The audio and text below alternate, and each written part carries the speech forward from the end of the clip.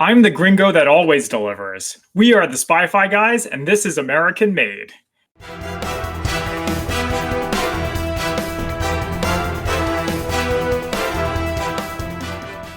Welcome to the Spy-Fi Guys, where we cover spy facts, spy fiction, and everything in between. I'm Christian.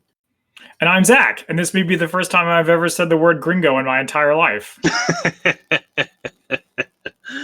So today we are covering, as we said in the top, American Made. So another Tom Cruise movie. Again, one of my favorite actors.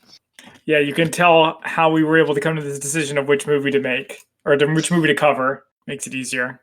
And so if you're not familiar with this movie, I remember when it came out, and it's kind of like what you could call a mid-budget level movie, probably like a not a huge blockbuster, but not an independent one either. Right. And it's very reminiscent of Breaking Bad. Huh. Well, so and this but is we gonna can probably cover that when we get to the end and we get our general perspectives. Okay. All right. Had you saw this movie in theaters? Nope. When I watched it this week was the first time I had seen it. Gotcha. Okay, I've seen this once in theaters and then a few times after I got it on Blu-ray. So I'm fairly familiar with this movie, mainly because it's a Tom Cruise movie, and also because he's a pilot, and I'm a huge Top Gun fan. So just seeing him in a piloting role was cool. And fun fact, it's claimed that he did most, if not all, of his own stunt piloting in this movie. Whoa. I didn't know that. Yeah, I mean, because he is an actual pilot. So right, this movie is absolutely a Tom Cruise vehicle. So if you like Tom Cruise and vehicles and Tom Cruise in vehicles, this is the movie for you. I like that. Did you come up with that yourself? Yeah, I did. I'm pretty clever. Nice. Here's a synopsis. The story of Barry Seal, an American pilot who became a drug runner for the CIA in the 1980s in a clandestine operation that would be exposed as the Iran-Contra affair. Which, I mean, is accurate, and we'll get into this in the movie, the Iran-Contra affair doesn't even come into it until the last, 5 minutes. Also, who calls it the Iran-Contra affair? It's the Iran-Contra Scandal. I mean, come on. Everybody knows that.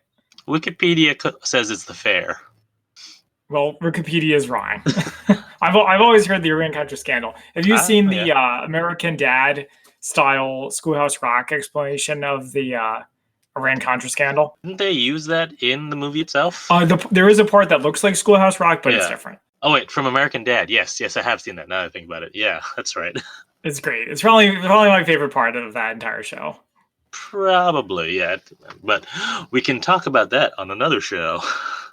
That's fine. Okay, so let's jump right in, shall we? And I like how so we're jumping right in. Here's the movie, and I like how immediately when it does the universal spin, it immediately jumps back to the 70s. Yep, and it goes with the retro Universal logo right after it starts. There's a little, of that, what is Disco. That and so the needles scratch, so it interrupts everything as they switch the new logo. Very 70s montage. And we meet Barry Seal, and he is an airline pilot for TWA. And he's a jerk. And also it starts with your least favorite caption, based on a true story. No, we've been over this. Oh, wait, we've been over this. Based on a true story is fine. Okay. Inspired by a true story is what I don't like. Oh. Well, that is total BS. Gotcha. Well, I mean, we'll get to this maybe in Spy Fact for Spy Fiction, but the director, Doug Liman, who actually we never mentioned who the director was, has described the film as a fun lie based on a true story. So in this case, it isn't just a true story, and they're being polite when they say based on. They actually mean based on. It really should be inspired by. We need another term. Maybe we can think about it. That's not based. It's not inspired. What about loosely based on a true story? Okay. Think of that? Yeah, maybe. Anyways, so let's jump back into the story. So the reason why I say that Barry is a jerk is because within about 2 minutes of meeting him, he is flying his commercial airplane and then kind of knocks it around just to knock everybody around and wake them up just because he's bored. Yeah. That does not seem very considerate. No, and I think maybe the Breaking Bad person is apt because, yeah, no, he's a terrible person, but you're just so fascinated by it. Well, I don't know if he's I don't know if he's a terrible person. It's a little bit harsh. The good book says not to judge people, but he does what he wants to do, and what he wants to do is what's best for him, right? As we see. So, like Walter White, at least in the beginning, he sort of has pure motives too, and obviously Barry is not as bad as Walter White. I mean, Barry doesn't kill anybody directly. Okay, so. After a montage with some weird edits, he comes home and we meet his young hot wife. And yeah, so when he gets home, she's getting dolled up for a night together, and when she comes back, he's passed out on the bed. And then they have this montage of him landing in a bunch of different cities, and it's usually how pilots will stand. As you're leaving the plane, they'll stand right there and say, thank you, welcome to wherever. So it's a montage of him going, welcome to Chicago, welcome to San Antonio, Cincinnati, Vancouver. Yeah. Montreal, so his life is boring. His life is boring, right? It reminds me of Fight Club, how a similar montage is in Fight Club. And what's amazing is that this is back in the 70s when being a pilot was more of a glamorous, kind of exciting, romantic profession. I think that sort of hit its peak in like the 60s. Or even like the 50s. In the jet set era, really. Yeah. But I mean, his friend says that women still love a man in uniform. That's true. So that's still going on there. And that's the interesting, we see him do some terrible things or make some pretty terrible choices. But we actually never see him be unfaithful to his wife, which I was like, wow, actually, which I didn't realize until just now. That's true. Yeah, they're happily married. Yeah. I still am not sure that I would agree with you that he's a quote terrible person. But maybe you can defend that position as we go through the movie, and we can talk about it. But at one point, while he's going places, he gets caught smuggling cigars back from Cuba through Vancouver. And that sort of is what gets him into his life of crime. Yeah, so... And it is a life of crime. Yeah. So he sees... So, when he makes the drop-off with it, he gets some cash for it. And in the bar, a hotel bar where he had dropped it off, he sees who picked the package and them going through the package. And the guy calls over to him. And so we find out this guy's name's Schaefer. He's played by... I forget his name. General Hux from Star Wars. Really? Yeah. Oh my god, that was him. I think it's because he had a beard. Is that why I didn't recognize him? Domhnall Gleeson. There we go. Yeah. He is also Billy in the Weasley Harry Potter films. And he's also the one of the guys in Ex Machina, which is probably the best movie he's been in. Doesn't that also have Oscar Isaac in it? It's a regular Star Wars mini reunion. But yeah, so his name's Schaefer, and so he's subtly reveals that he's CIA, and he knows that Barry is a smuggler and smuggles stuff like small time stuff like that. He knows basically Barry's whole background. Right. And Schaefer says that that revolution is coming to Central America, and we're building nations. We being America, but we're building nations down there, which is what America's at its best, according to Schaefer. He's better than bombing people, right? That's true. But yeah, so he, gives lets Barry know that they might need his help with something. So he takes him to a hangar with a new private plane, and says that the hangar and the plane belong to IAC, Independent Aviation Consultants. Which I love the wife's reaction to that. Where she's like, "It sounds made up, Barry." Maybe with a 4-letter word in there too.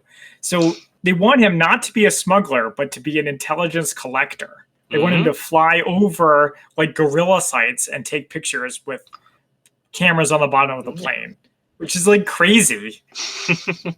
What? Don't they have like actual people who can do that job instead? Mm, well, I think this is more because it was sort of under the radar. It's like deniability. Yeah. Yeah, that makes sense. Yeah, so anyone can't tell about this, not even your wife, and Mhm. don't get caught doing it. Right. So his wife, he tells his wife that he wants to leave. What was it? United. TWA. Yeah, he wants to leave TWA. She doesn't want him to, so they like argue about it. But eventually, he just walks off of his plane Yep. and he starts his new life at the Mhm. CIA.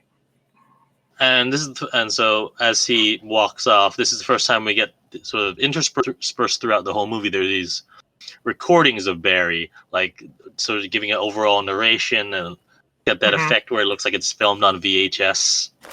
Yep, with dates so that we know exactly when he's doing it. Yeah. And so this is where we get also the reason why they do that is to show that it's like actually the whole movie is a flashback. Mm-hmm. Which of course we've seen in a few different movies. So he gets to work and he's photographing insurgents, and I love how they call them insurgents. It's like what's old is new again. Yeah. Things don't change that much, and he lies to his wife about his job. Yeah. Well, before this, they also have that Schoolhouse Rock animation that's sort of explaining where we are in the Cold War at this point, where we have explaining basically that you had yeah. the Soviet Union trying to back communist rebellions in all of these Central American countries. Right. And the people that are communists have all these various different names. So we also find that Lucy's pregnant and Barry's trying to get some more money out of Schaefer, and Schaefer's kind of being a bit cagey, saying, I'm sure you'll figure it out. Which is so they give him not a great move. No. I mean, because it's just like, well, see, so that's the risk. That is the risk of using an independent person and not like a CIA operative. Because Barry didn't swear an oath to serve the Constitution of the United States. Mm-hmm. He's not like a true believer. He just does it for the money, and that's the risk. It's like any other mercenary, basically. Is that what do you do when they meet someone who pays more? Fortunately, it didn't happen here, but it could have. Yeah, so he starts acting as a courier, and they never make it clear, but I assume he gets more money for this. Mm-hmm. So he's going to act as a courier to Panama, to Colonel, at the time, Colonel Noriega, who's passing the U.S. government intelligence. Yeah, I would assume that he gets paid for that. That's like part of, but it's still within the CIA, right? Because it's still intelligence work. Right. And wasn't Noriega the one that got overthrown by the United States in the 80s? I believe so. I believe so too. But then he meets South American guys who know that he's flying between Central America and the U.S., and they want his help to smuggle drugs for the cartels. Yeah, so this happens when he lands in Colombia, can't refill his, and the gasoline to refill his plane is locked up. So he gets taken by car to a mansion, and these guys tell him that he wants him to smuggle cocaine across the border, $2,000 per kilo, which is 2.2 like, how much is a kilo? Because we're Americans. And then it's also like, well, how much can you fit? Which brings us to a great scene, one of my favorite scenes, which is with this fat guy in the plane. All right. But before we get there, sorry, we gotta explain who these guys are. We do? They're George Ochoa, Carlos Leder, and Pablo Escobar, the Medellin clan. Yeah, I didn't feel like that needed to be explained. I felt like people would know who he is. I mean, well, maybe, but still, I mean, just the fact that these guys are an infamous cartel, and you didn't even mention the fact that who they are, really.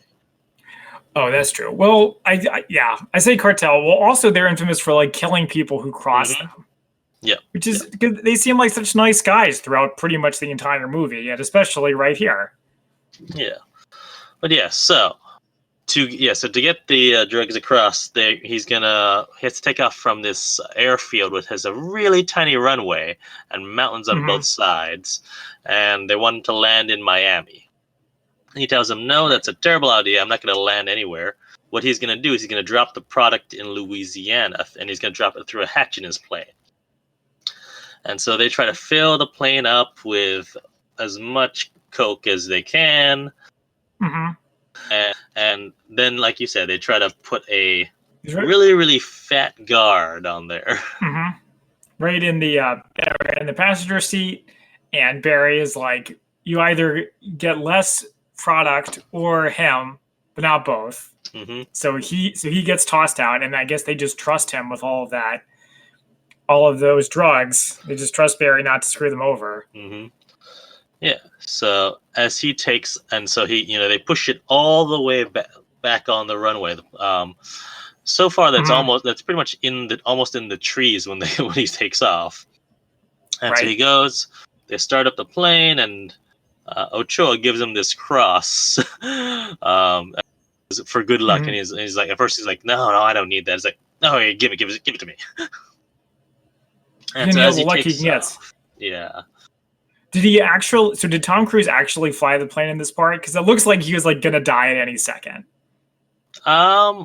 They did. I don't know which ones he did and which ones he didn't, but they said like it's like most, if not all, of him is of him flying. So yeah. Because this part was crazy. He's like flying through the trees for the last like 5 seconds of it or so. Yeah. It was a really good part. I also like when he was like, "Can you extend the runway?" And they're like, "No." It's like, but why not? Mm-hmm. By the way, did we already talk about this? Do you know that you can't just build an airstrip like anywhere you want? Video games have lied to me. So, well, if you want to build an airstrip, you need to have like very specific winds. Oh, like the winds have to be good. Because I was always wondering in World War II why they need to conquer all these little islands. Can't they just go to a different island and build an airstrip there?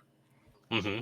Apparently, that's the reason. Makes sense. Yeah, but yeah. So he makes it out, and he goes over Louisiana. He drops the packages in a swamp, but also when he's flying there, I think it's the FAA. Did they say which agency is tracking him at this point? I don't have that down. Okay. Maybe they might not have said it. Yeah, but there's this whoever is tracking. We gotta sees him pop up on their radar, and they're like, "What? Who's this?" And so he does this really cool maneuver where he flies right next to some oil platforms, and so they think that he is actually just a helicopter going between the oil flats, and they say disregard. I thought that was almost as ridiculous as that part in Star Wars where they're like, "Don't shoot the escape pod. There's no life forms on it."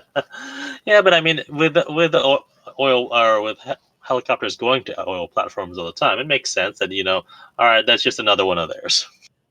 But like eventually, well, okay, I don't know all the details. You figure eventually he would leave the oil platforms and then whatever. Also, like I said, if you like shots of planes flying, this is the movie for you because there's tons of them. Okay, so then the next note I have, I may have skipped ahead a little bit, sorry, is that he gets arrested.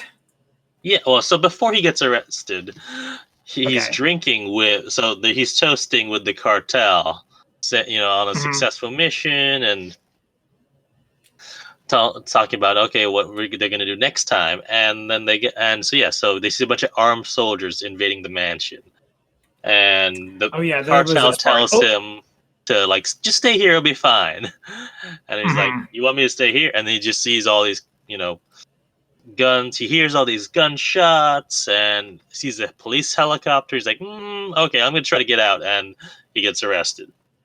It's not a good situation to be in. You ever seen Locked Up Abroad? I have not, no. It's like one of my fears. So were they expecting him to make that crazy takeoff like every single month or something like that? Yeah, pretty much. It's like, oh, you did it once, so I guess you can do it forever. Yeah, well, I mean, he was a great pilot. But in the movie, it makes it seem like he barely did it. And maybe next time we won't get so lucky, but okay, whatever. So he gets arrested and the CIA pretends like we don't know you. Mm-hmm. Never heard of you. Which, of course, is exactly what Domhnall told him would happen. Mm-hmm. We hear that Louisiana PD has heard about his arrest here and that they're going to come and pick up his wife and his kids for questioning. So he has to take his family out, which is this one is ridiculous. I can't believe that his wife went along with it. I mean, there are consequences. Eventually, she's like, "Yo, what is going on?" Which I'm happy about. But it's like, can you imagine being in that situation? Yeah, well, I like that they're, when he's trying to tell her to get to pack up everything, and he's like, "Do you trust me?" She's like, "Bleep, no." Yeah. Yeah, I but she mean, still like, goes along with it. Yeah. I mean, he has to be a criminal, right? Like, there's no Hmm. other possible explanation for why you'd have to get out that quickly. This has got to be. Yeah. But yeah, so we get this as you were talking about, this explanation of how Nicaragua has been taken over by the Sandinistas, who are a communist regime, and also Mhm. that Reagan is now the president, and Reagan wants to support the Contras, but of course Congress wouldn't let him. So Reagan turns to the CIA, and the CIA turned to Barry. Mhm. Going around Congress, they say it's high treason. I don't know. Yeah, so these SEALs pack up everything that they have, drive to Mena, Arkansas, and as they're driving through, they see it's this tiny, tiny town, Mhm. not much in it really. Except for barbecue. It's like, Seems like a nice chance to get away from it all, if you ask yeah. me. But yeah, and so they drive to this house, which is missing a refrigerator, a washing machine, dishwasher, and doesn't seem to have Mhm. running water. And his wife's just there. It's like, what is going on? So it's like a New York City apartment, but And this is when Schaefer pops up. again. So I have a question. Yes. The CIA just didn't mind him doing drug smuggling. I mean, They were like cool with it. it's unclear. It's unclear how much the CIA knew what was going on, and also, at least the way that the movie portrays it, that was his first time doing a run with the cartel. Oh, so he did a run exactly once, Yeah. and then got caught after Hmm. that. Okay, all right. I was sort of wondering, like, you think there'd be some kind of, I guess, moving his family to Arkansas at the drop of a hat would qualify as negative consequences Hmm. for doing that. But Yeah. like, you'd think they would have been like, hey, stop using our planes for criminal activities. It's not even your It's plane; it's not. our plane. Well, Well, I guess it is technically his true, plane. true. But yeah. So, anyways, Schaefer drives up, shows him to his new hangar, which Hmm. I'm not sure if this is the same plane or is this a new plane, but it looks pretty identical. He says that you have this all belongs to you, and as do the 2,000 acres of land between the hangar and your house. And inside the hangar, there's also a crate of AKs, which he's going to smuggle to Hmm. the Contras. Yep. And I like this scene where it's like, and so Barry notices there's a bag on the wing of the plane. It's like, so everything's in this hangar's mine. This plane's mine. Yep. This truck's mine. That Hmm. bag's mine. And Schaefer's like, what bag? So the idea is that he forgot that he put it there or something. No, it's just deniability. Of course. Which being spy movie fans, you'd think I would have picked up on that. But I thought he like literally brought it back and then forgot about it, but that was not No. true. Well, yeah, so after this, Barry goes back to the house. He brought some fast food. And apparently Lucy already fed the kids, put them to bed. And That Barry fast food comes looked really good, by clean. the way. I think I was What's that? hungry and I was watching the movie. I think I was hungry and I was watching the movie, but I was like, that looks great. It's like pizza and other stuff. And then you get sad when she like throws it on the ground. Yeah, you mean the domestic violence part? Yeah, that was upsetting. And it was also because of the food got I mean, it's probably salvageable. But they never talk about it again. Mm-mm. Tom Cruise is not Brad Pitt. He doesn't eat in every one of his movies. Actually, now that I'm thinking Okay. about it, have you seen Tom Cruise eat in a movie? Yeah, we definitely have. I All just right. don't remember. I just don't remember right now. Maybe Edge of Tomorrow. It's a good question for you, Tom Cruise fans. Anyway, yeah. Okay, so he does come clean to his wife Mm-hmm. at this point, which thank goodness it's not like Breaking Bad where we have to deal with it for 4 seasons. Mm-hmm. We see Barry make his first flight to Nicaragua, meets the Contras, They don't really seem too happy to see him, and they end up stealing his boots and his sunglasses, and don't really want the guns. And he tells us to Schaefer, Yeah. just, just keep making those deliveries. Right. I mean, it's probably above Schaefer's pay grade. He's like, just bring the guns, and after they get there, it's not my concern. hmm So the next time he brings some porn and liquor as gifts, and also brings a baseball bat to try to fend them off. And then tries. It seems to work okay. Yeah, and so he basically throws a bag of AKs at them, and as this is happening, up pop the Medellin cartel, and so they come to a new arrangement. So he's gonna, give the guns to the cartel in Colombia, pick up some drugs, deliver those drugs to Nicaragua to the Contras. The Contras are going to smuggle the drugs to Miami in their fishing boats. And then Barry brings some more drugs back through Louisiana on his plane. This was in the cartoon. Okay, this was in the animation. So I understand all of that. It's very clear. Here's my question, though.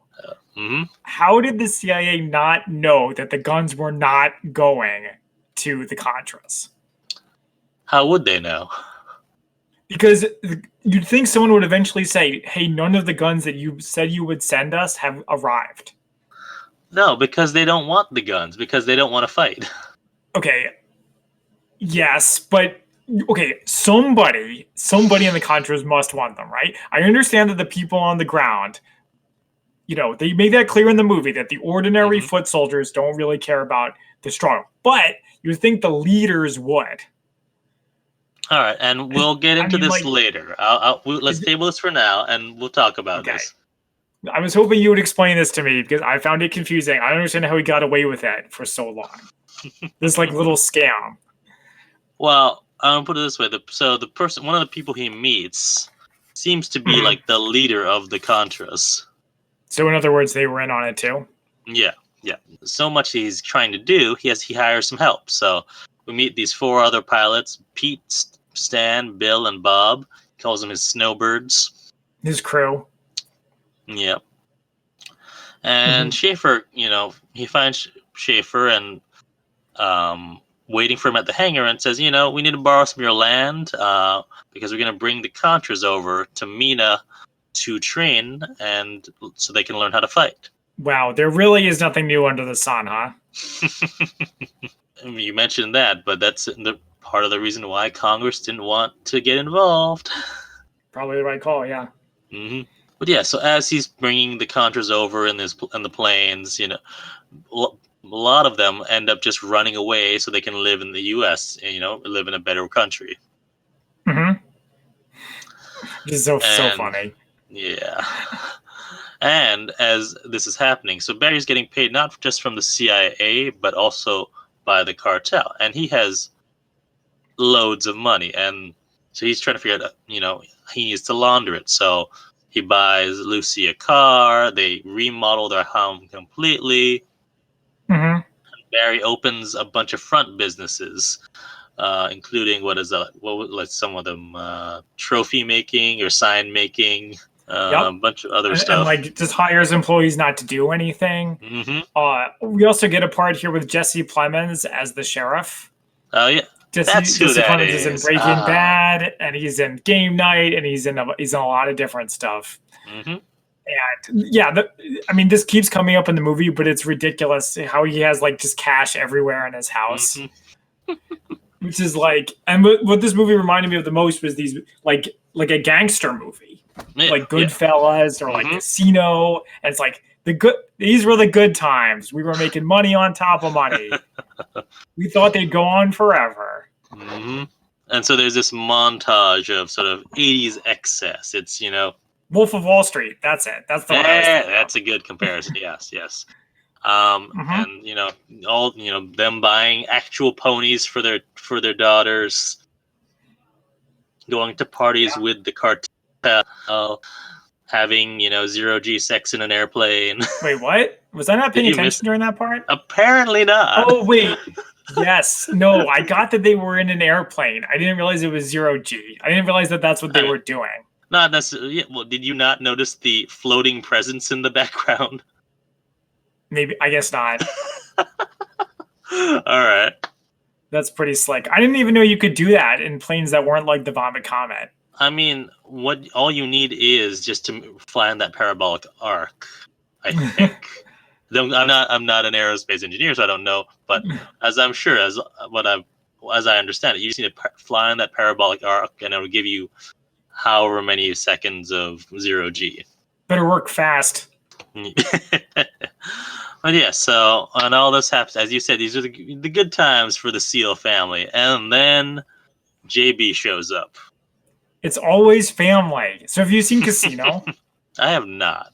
Casino with Robert De Niro. So Mm-hmm. I vaguely recall that it was like his wife that was like his downfall. I mean, look at The Godfather. It's Fredo. Right. I mean, it's always the family that takes down these criminals. Either that or they get greedy. But in this case, I guess it's a little bit of both. Right. Yeah. So JB is Lucy's younger brother, who's kind of a dirtbag. Doesn't really seem to have any sort of work ethic or value. Mm-hmm. We first meet him with a 15-year-old. That's not the first time, but that comes a little bit later. It's close. Okay, it's close to the first time. He also stole money to buy a car. Mm-hmm. And stole money out of one of the Samsonites that Barry had in the hangar full of cash. So I don't know. I'm sort of of mixed feelings about this part. Okay. Because so yeah, JB's not a good person, but Barry literally has more money than he knows what to do with. True. So it seems unnecessarily dickish to make Barry work for a salary. You mean JB? Yes. It seems unnecessarily dickish to make JB work. I don't think that it's because he. Well, no. Remember, it's Barry is about to say, you can, let me just give you some folding cash and you can do whatever you want. And it's Lucy who says, "No, my brother's gonna work." That's true, but what Lucy doesn't know won't hurt her.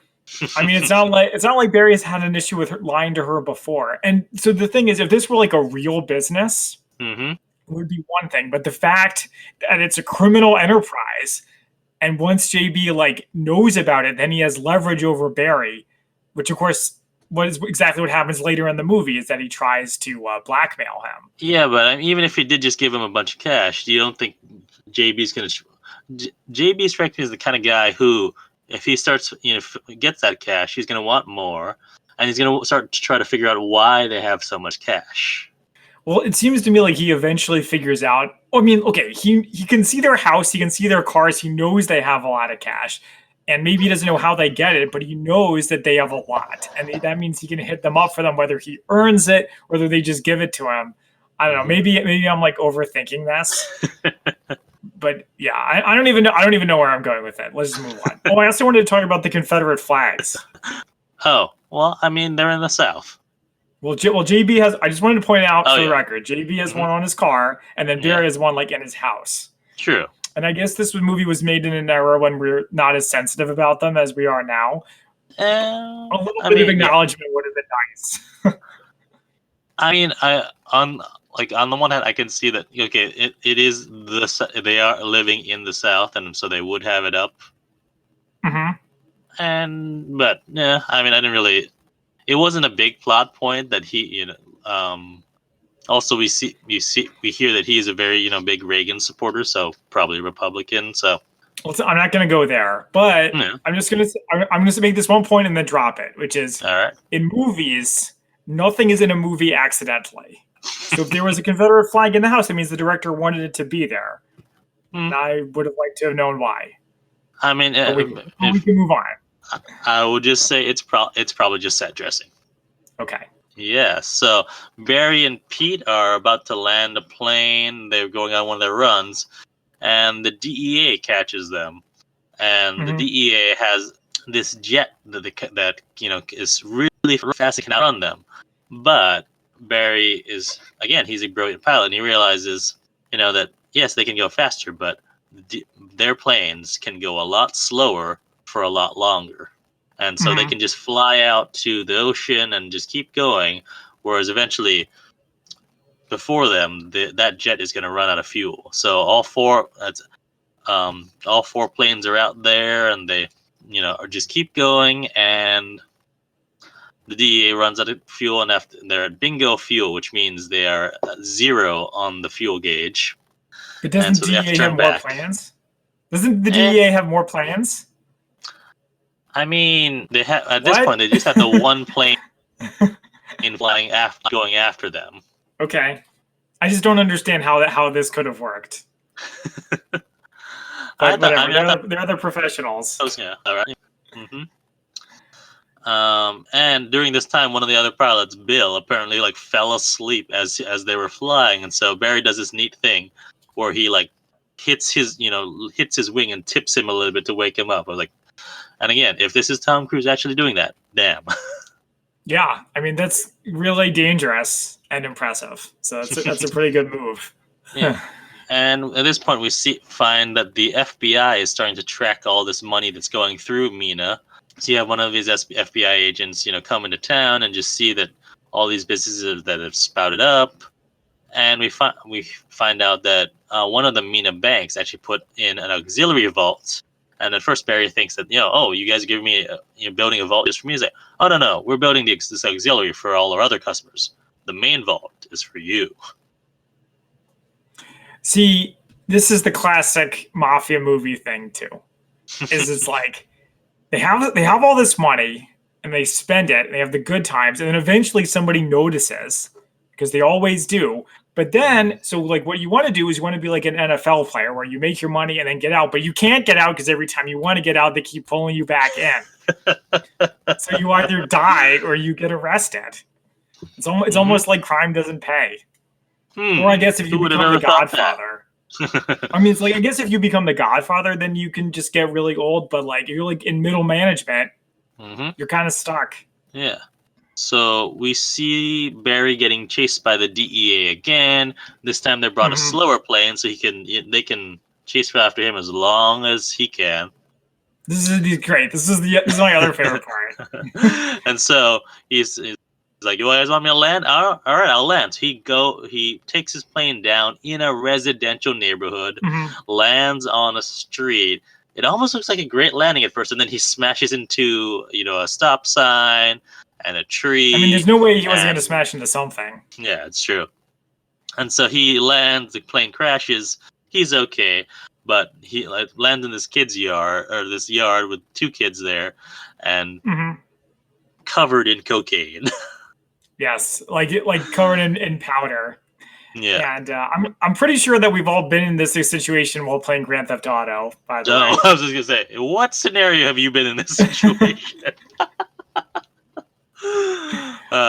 Yeah, so then he starts throwing money around, and there's this kid. He's like, here, kid, have $500 or whatever. Yeah, probably more than that. He gives him money for him, for his sister, and for the bike. So he goes and takes the bike and is right off on the bike, still with the powder just sort of flowing off of him.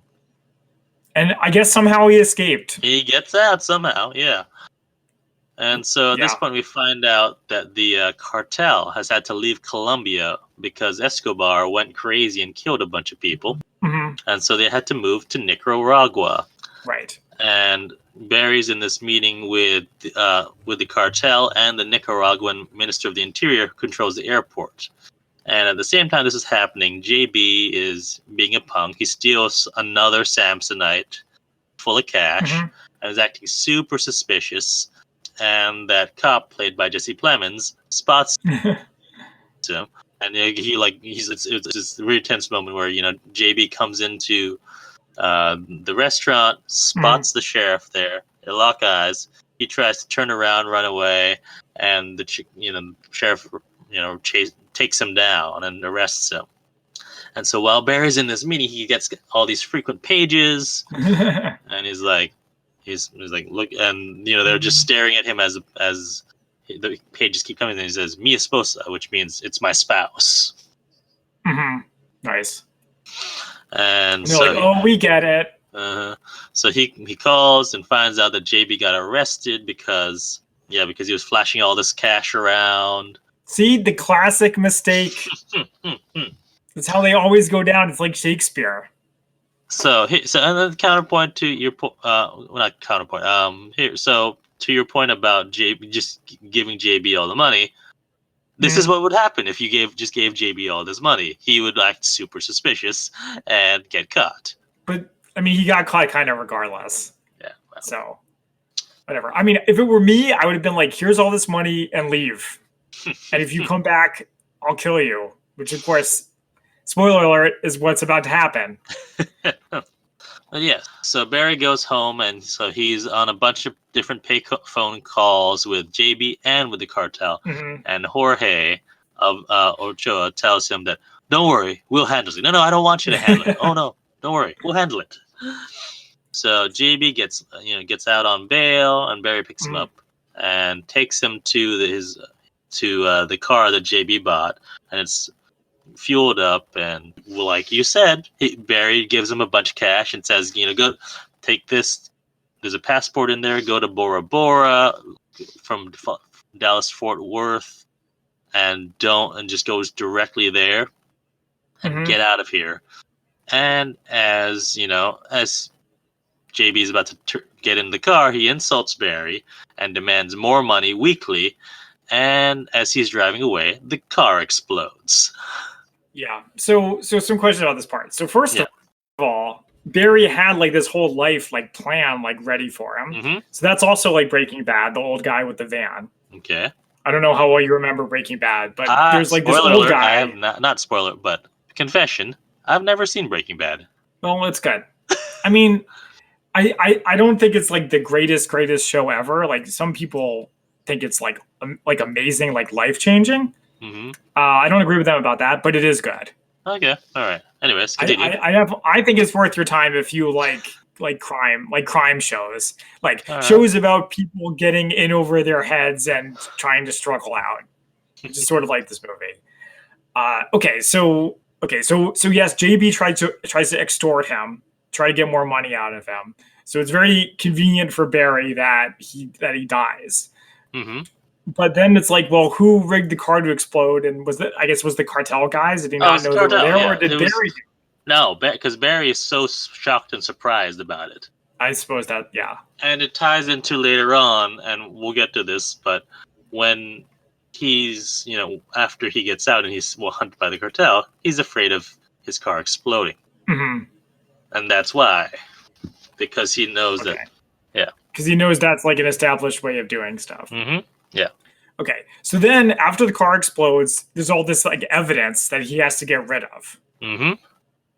And my question is, doesn't he have people like staff, like help to do that for him? Yeah, but he doesn't want anyone else to know, basically, because he is so shocked about this that he just acts in the moment, which again points to the fact that it's not him who did it, but the cartel. Okay, yeah, that's fine. But I guess my question is, would he call the cartel on the phone and be like, okay, so you killed my brother-in-law, and I don't really like that, but it's done. So can you please come clean it up? Well, that would just give them more time to be found if they just left it there. Well, I mean, yeah, I get that he has to push it off the road first, but I'm talking about after that. No, no, you would want to. I mean, if that happens, you're not going to want to just wait, call someone else to do it and wait for it, because there's more chance of you getting caught. You do it and do it quickly. Well, you do it, but you do a crappy job when you do it quickly. And it's the classic problem. Whatever. Let's move on. Then we go back to Schaefer, and Schaefer's in a meeting, and with one of his superiors, and they're looking over the numbers for this program. So over the past year, which this program has been active, of the 10,500 AK sent, 5,000 somehow ended up with the Colombian cartel. So there were guns that went. Just not that many. And someone did eventually notice. Yes. There we go. That's what I was getting at. It just took them a year. What is it? The Contras were in on it. Yeah, they're not gonna say anything, and it's probably until someone goes down independently, vets, and figures out, wait, where the heck are all those guns? Then they'll find out. There you go. And then of the 916 Contras that came to the U.S., only half made it back to Nicaragua. And so at this point, Barry finds Schaefer on his property, and Schaefer tells him that we're shutting things down. Contras didn't want to fight, and it also didn't help that the guns were in Colombia. That does not help. Yeah. And so Barry, okay, so what now? And Schaefer just says, we'll call you. I was like, okay, that means I'm being set up as a fall guy. Yeah. Which, of course, is exactly what happens 5 minutes later. Yeah. And so Schaefer is going around his department and saying, okay, put any and everything related to Barry, Seal, or Mina, Arkansas in a burn bag and then burn it. Yeah, this part was like crazy, but it's like Iran-Contra a few years earlier. So can I just say something about burn bags? Sure. It always disappointed me that the bags themselves don't do the burning. It's not like you put it and then instantly disintegrated. Like it's like Harry Potter or something. Or like a Mission Impossible thing, yeah. Well, I do think it was kind of funny because wasn't in this part where they're like, put it in the bag and then what do you do? Put it in the burn bag and then we'll burn it. It's like if you're to have that job, you think you would know that's what the burn bag's for. It's sort of like, so this is going to be kind of a specific thing. All right. At the end of The Man in the High Castle, there's a part where they do a military operation to blow up a thing. I won't tell you what it is. So there's a part where all the commanders come running out and they're like, okay, let's go. You have 30 seconds. Put the things there and put them there and put them here. So that way when they explode, it'll do this. And I'm like, shouldn't you have explained all of that like 5 hours before you went on the mission? It's bad screenwriting. I mean, yeah, it's bad screenwriting, but it's funny. But I think it's funny. It doesn't bother me. I'm amused by it. Anytime there's something like this, it's always to explain to the audience who may or may not understand what's going on. In this case, what a burn bag is actually. Yeah, exactly. Yeah. Because maybe they thought, as I initially did when I heard about burn bags, that the bags do the burning themselves. But no, you have to actually burn the bags. They're just a paper bag. Again, still disappointing. Life's full of disappointments, isn't it? Yeah. And at the same time this is happening, Barry's trying to move everything out of the hangar. And as they're moving everything, DEA, ATF, state police, and the FBI all show up at the hangar, guns drawn, trying to arrest Barry. And Barry's in the middle of them as they're all arguing over jurisdiction and whose caller it is. It was great. It's like something out of The Naked Gun. Yeah, because I think it was DEA shows up first, and then ATF shows up, guns drawn. Like, no, hold on, we're friendlies. No, well, this is my caller. Yeah, and then they all take him. I guess they all sort of agree we'll all arrest him at the same time. And he gets brought before the Arkansas State Attorney General. Yes, played by... Hey, who is she? She looks so familiar. Okay, so her name is Jayma Mays, and she was in Heroes as a psychic, this girl who could read people's minds, and she was in The League as one of Paul Shear's like women that he dated. She is also in Glee. She's I think the nurse or something. Yeah, or she's just been in a lot of different. Yeah, she's been in a lot of different TV shows. That's why she looks familiar. Okay.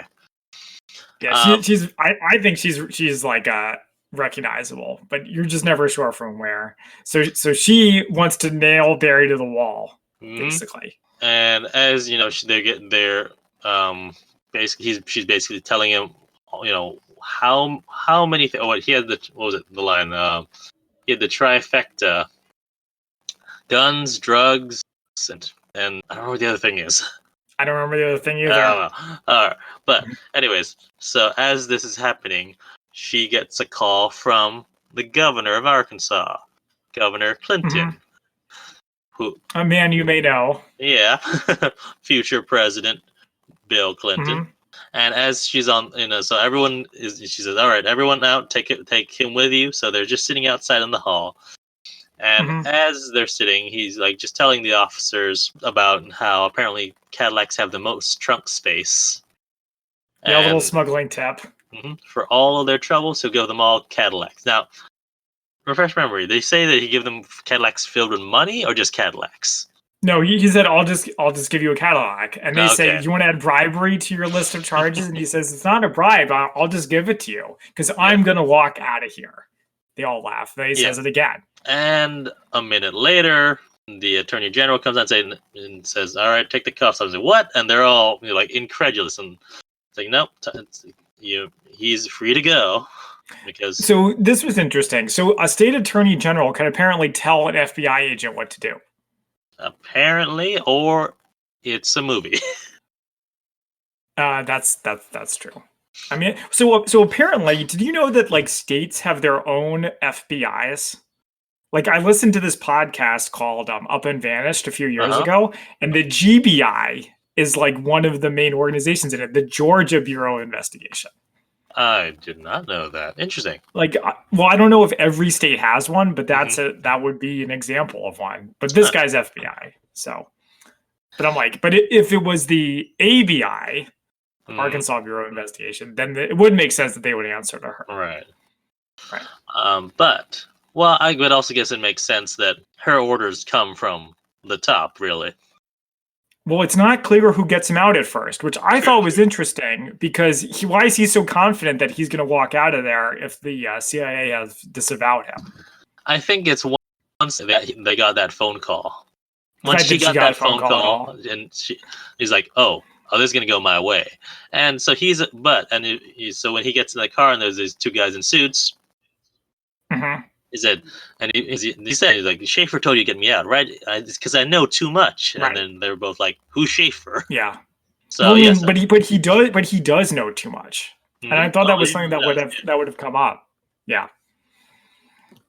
But yeah, so he gets brought to an airport, taken on a private plane, lands in D.C., and as he's driving, I was like, oh hey, I know all these places, and gets driven through to the White House. And that's who he's going to be working for, is apparently the White House directly. So I guess somebody there got his name, presumably from Schaefer or someone in CIA. And so this is all happening because of Nancy Reagan's Just Say No anti-drug program, which we see an actual clip of and Ronald and Nancy Reagan doing one of their, fireside talks. Right. And I've been waiting to be, taken into a meeting room. Sits next to someone and is like, "You a pilot?" I was like, "Oh yeah." And it's like, "Oh yeah, me too. I flew wherever." And then he's like, someone calls me. I say, "Come on, W," and it's George W. Bush. Played. This is like this movie is full of celebrity cameos. Did you notice who he was played by? No. I can look it up. Who plays Trip Tucker in Enterprise? Wow, that is a connection. I mean, apparently he's like a lot of villains in all these TV shows too. Really? Oh, I've never seen him in anything besides this and Enterprise. So, did you ever watch much Stargate? I've seen a bit, yeah. So there was like a couple episodes of this one Stargate show where he was like a villain. So it's like I guess he's a TV actor that happened to show up in this movie. Yeah. Just like Jama. But yeah, so he ends up in a meeting with Ollie North and the DEA. The DEA wants to stop the cartel, and North wants to prove that the Sandinistas are dealing drugs. So Ollie North, if you're not familiar with him on the air, he was heavily involved with Iran-Contra, and according to American Dad, he was like the fall guy. But yeah, his name will forever be associated with that scandal. Yeah. And if you ever watched episodes of Jag, he makes cameos in Jag. The actual person or the character? I think so. Yeah, it is actually him. Although they never name him as Ollie North. He's just a mysterious, guy who has intel connections. But it's supposed to be himself. Playing himself, right. All right, so Barry starts working for the White House, flying again. So the DEA hooks up one of his planes with a bunch of cameras in it to take photos when, the Sandinistas start doing the drug deals. A questionable plan at Yeah. best. And Pete, who I guess we haven't seen any of the other of his pilots except for Pete at this point.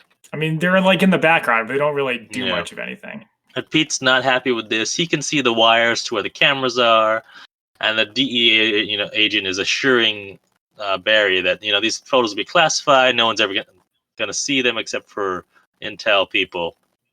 Mm-hmm. And so, as they land their plan in Nicaragua, they are greeted by a bunch of Sandinista soldiers with guns, and they're put on their knees, guns to their heads. Mm-hmm. And Jorge Ochoa drives up and like tells him, "No, shoot the gringos." And then says, "No, I'm just kidding." And they are shaken, and Pete pissed himself. What a hilarious prank on your fellow criminal. And of course, at this point, because Pete was kind of reticent to take these photos, now he's like, "Oh hell, I'm getting all the photos." And so they get a bunch of really good photos, Barry right in the middle of most of them. Which turns out to be bad. Yeah, because on his next fireside chat, Reagan shows the photos on national TV with Barry's face front and center. So the White House exposes him, but his contacts there said that wasn't the intention, but you knew the risks. So, and also the cartel finds out, and they are not happy, so they send some people to us. And the DEA also isn't happy because those photos were supposed to be released after they had the cartel in custody, not before. And he says that North jumped the gun. Yep. And so now I also like at this part when Barry's on a payphone again, because this movie's full of payphones, and he just has these big stacks of quarters on top of the payphones, just in case he's going to be there for a while. Yeah. And now the feds are coming for Barry and his family. Mm-hmm. And so Barry tells Lucy, when they come, she's got to put on all her jewelry, because if she's wearing it, they can't take it. So when the feds come, she's wearing this like ridiculous giant fur coat and loads of jewelry, all of her rings and bracelets. Yeah. They're having this argument as the feds are trying to inspect everything. And there's a nice callback to that, when he's like, "Do you trust me?" He's like, "F no." I mean, this is something that happens in every like mobster gangster movie too. Mm-hmm. Is like eventually when you get exposed, the feds come and take it all. They don't let you keep your ill-gotten gains. Mm-hmm. So it doesn't matter if you have money stacked up in your house; it's all going to be gone. Mm-hmm. And Barry tells Lucy that if he runs, then they're going to go after her and the kids. So Barry will go, take the punishment, go to prison, and the kids will be safe. And so he moves the kids back and Lucy back to Baton Rouge. And as Barry's, in court getting sentenced, and the Attorney General's there again, his sentence is pronounced, and it is 1,000 hours community service. And he's very confused. Like, that's it? Do I have to? Do I have to leave? Yeah. Because I think. What do you think about that sentence? You think it's fair? Honestly, I kind of do, because granted, he did a lot of other crap, but he was also, like, in this case, he was doing it for his country. No, he wasn't. He got screwed over. Well, okay, he's doing it to save his own skin. Fine. I mean, I think he should have gone to prison. Personally. Oh well, no. Okay, probably. Well, so it'd be one thing if he was doing something illegal for his country and then got caught. Yeah. And so on, but he did so for the country and then did extracurricular activities, which all right, yeah, okay, and that's what he deserves. Put it that way. Yes. That's what he deserves to go to prison for. Yeah, fair. Yeah. Cartel, starts sending people after him. Well, we just see, two people get hit, presumably hitmen, like land in an airport. Harry, starts staying in a different motel every night and starts recording all of his memories, all encounters. So I have a question about this part. Yeah. What was the deal with him asking people to back away from his car? Is it because he thought the car was going to blow up? Yeah. So that's it. And this is again supposed to tie in with that scene about JB earlier. Right. So he thought, every time he started the car, he was afraid that it was going to explode, because that's one of the ways that they get rid of people. Why don't you just look underneath it?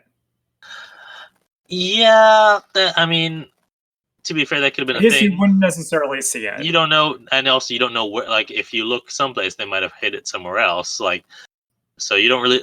I'll be honest, I don't know much about car bombs. I don't know where necessarily they locate the bomb. No, none of us know what we're talking about as usual. I just feel like you could at least take a couple seconds and look underneath it, as opposed to just being like, "Well, I hope it doesn't blow up this time." Yeah, and he does his community service at the same Salvation Army halfway house, 120 days in a row. So he's recording all his memories, and this is where all of his little snippets that we've seen throughout the movie. We see them again as he's recording the first time. One of these nights, when he's about to go in for his community service, two men up to his car, and then we cut to him recording his last memory. Mhm. And so you don't actually see the shooting happen, but the tape sort of does like a needle skip, Yeah, basically. like a bow, which is like, whoa. I guess I probably should have Mhm. seen it coming, but it's still kind of shocking when it happens. So, I guess it's left ambiguous as to who killed him. I mean, it's We assume it's the cartels, but it could have yeah, been the government. that's also true. And during the investigation, so some agents come and take over it and take all the evidence, presumably to all be destroyed. Except now we saw. How do we know his story? Is it from the tapes? That's a great question. Yeah, I don't I even mean, know we how know you it would because find he did out. get arrested and all Mhm. that. So that stuff's public record. But so we find out, and then it goes into this ending montage. So what's his name? Schaefer gets the idea about the Iran-Contra affair. Mhm. So he decides, all right, we'll have Iran sell weapons to the Contra so they can fight. It'll definitely work this time. And then we find Lucy moved back to Louisiana. She, is working in fast food again, which is something she threatened to do earlier in the movie. Which was sad. And then we find that the CIA, still continue to use some of Barry Seal's planes, one of Mhm. which got shot down over in Nicaragua, and was what actually started the investigation to the Iran-Contra affairs. So there's like his little footnote of history. hmm Also, the And part where Lucy's working at the KFC, oh yeah, she she has has her. like a diamond bracelet. So fun fact. So after Seal died, or actually, no, after Seal died, so his planes went into CIA custody. One of which, Mhm. was the one that got destroyed. The other of which was just sort of sat in a hangar and was bought by private investors, brought to Costa Rica, and turned into a bar. Really? And I visited that bar, so I've been in his And plane.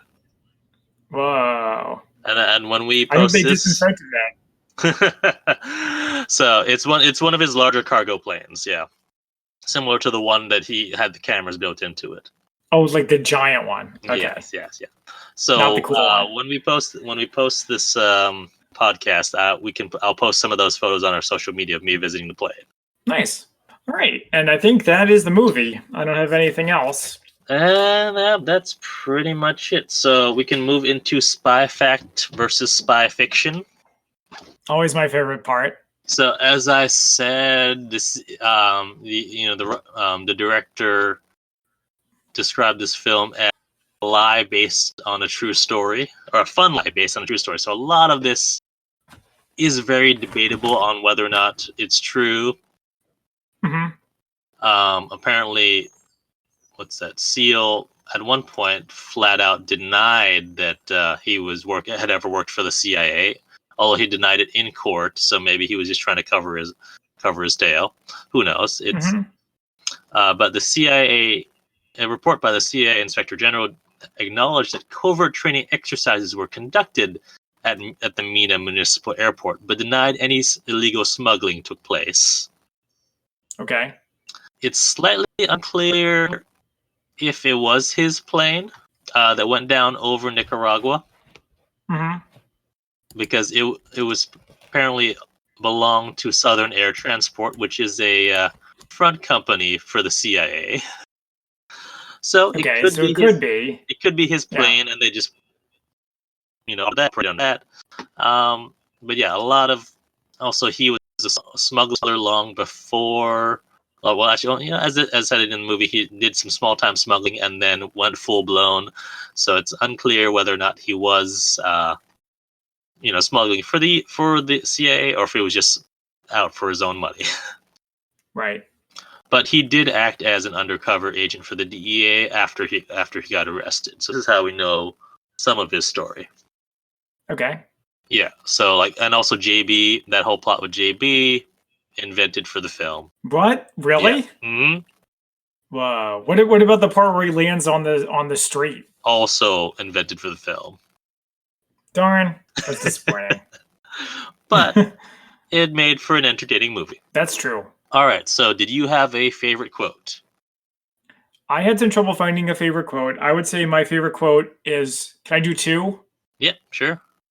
One of them is either, this is the greatest country in the world. Mm-hmm. And the other one is, I'm going to walk out of here.